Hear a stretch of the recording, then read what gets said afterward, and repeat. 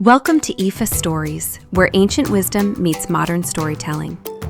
Step into the sacred world of Ifa, the Yoruba spiritual system, where every tale carries the power of divination, destiny, and deep cultural insight. Join us as we unravel the mysteries of the Orishas, the divine forces guiding our paths, Orunmila, the Irunmoles, and many more. Each story is a bridge between the past and the present, weaving timeless lessons that inspire, enlighten, and transform. Embrace the wisdom, honor the tradition, and journey with us into the heart of Ifa. Subscribe now and let the stories guide you. To explore full Yoruba stories, Ifa teachings, and ancestral wisdom, visit our website, www.ifastories.com. Step into the sacred path for more resources and information. The experience of Ògbè Òfún in the world. He was the last of the disciples of Èjìogbè who came to the world. He had heard echoes of the problems that his elder disciples were experiencing on earth, so he decided to make elaborate preparations for his journey. He was told to make a sacrifice to his guardian angel with a pig and to serve a shoe with a goat. He was told that prosperity would come to him on earth through his guardian angel, and not through any human means. He performed the sacrifices. At the same time, Ògún set out toward earth. He also went for divination, and they both consulted the same Awós, whose names were Toto lo lagbo owanro, Go gogbo lagbo owo, Amon orogba luko kiti, Ologba ori eni luje egun. Ojo ye monron, eni anti yo mosonon, Òfún ptin. These were the Awós who cast Ifa for Orunmila, and for Ògún Alagbede, on the day the two of them were to descend from heaven to come to the world. Ògún was advised to offer a sacrifice with a dog, a snail, and a rooster to his guardian angel, and a goat to a shoe. But, being traditionally confident in his physical strength, he refused to offer the sacrifices. When they arrived in the world, Ògún built his house on top of a hill that overlooked the river, while Ògbè Òfún built his home on the riverbank. Orunmila dedicated himself to farming as well as the practice of Ifa, while Ògún became an iron forger.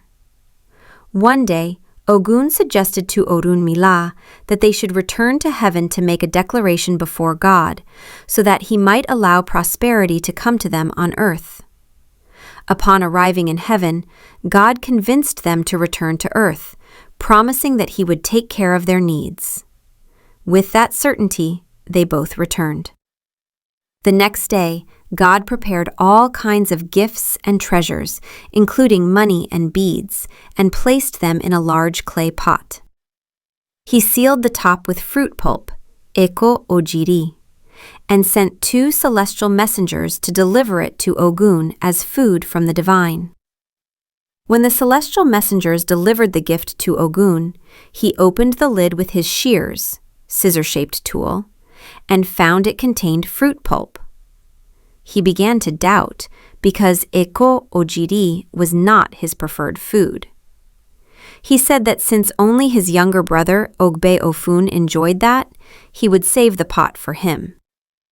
In his usual divination, Ifa advised Ògbè Òfún to roast 2 yam tubers for Ògún and give them to him on the way to his farm. When he met Ògún, he offered him the yams, which made Ògún happy, as it was his favorite food. In return, Ògún gave him the clay pot of Eko, which Ògbè Òfún received with joy. He brought it home and discovered that the Eko was only at the top, hiding treasures beneath. He collected the treasures and kept them safely.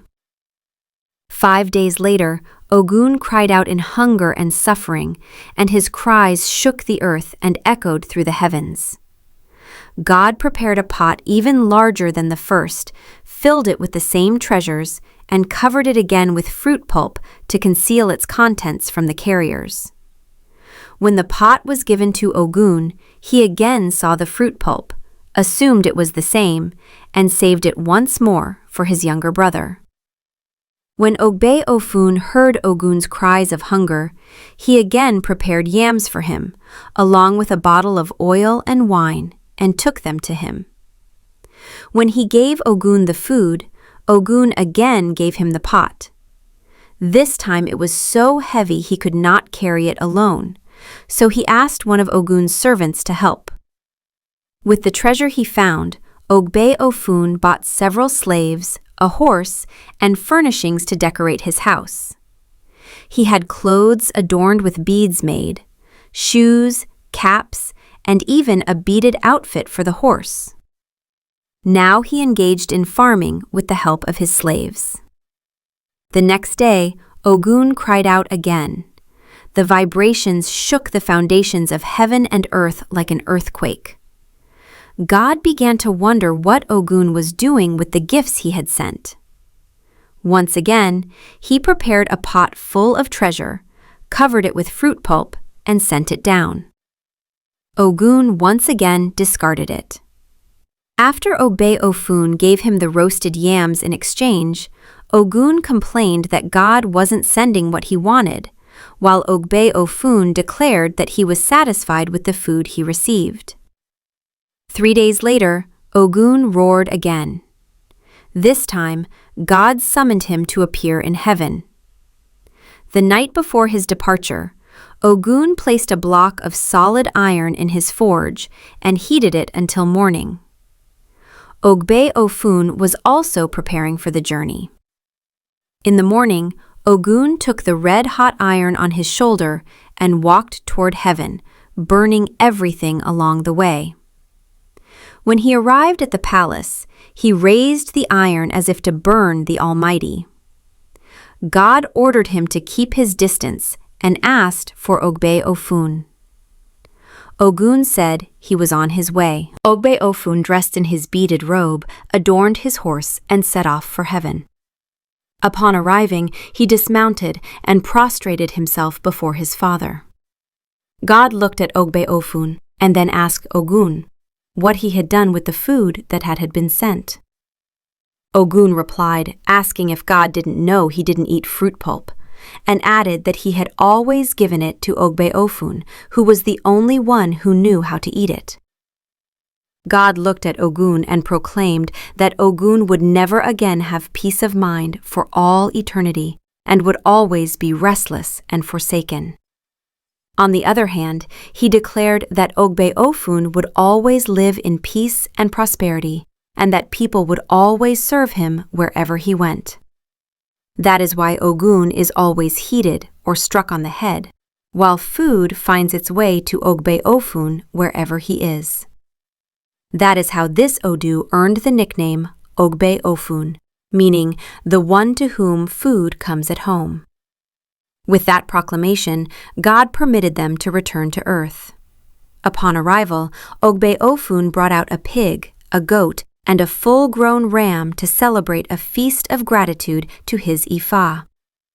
He invited his Awós and sang praises to them.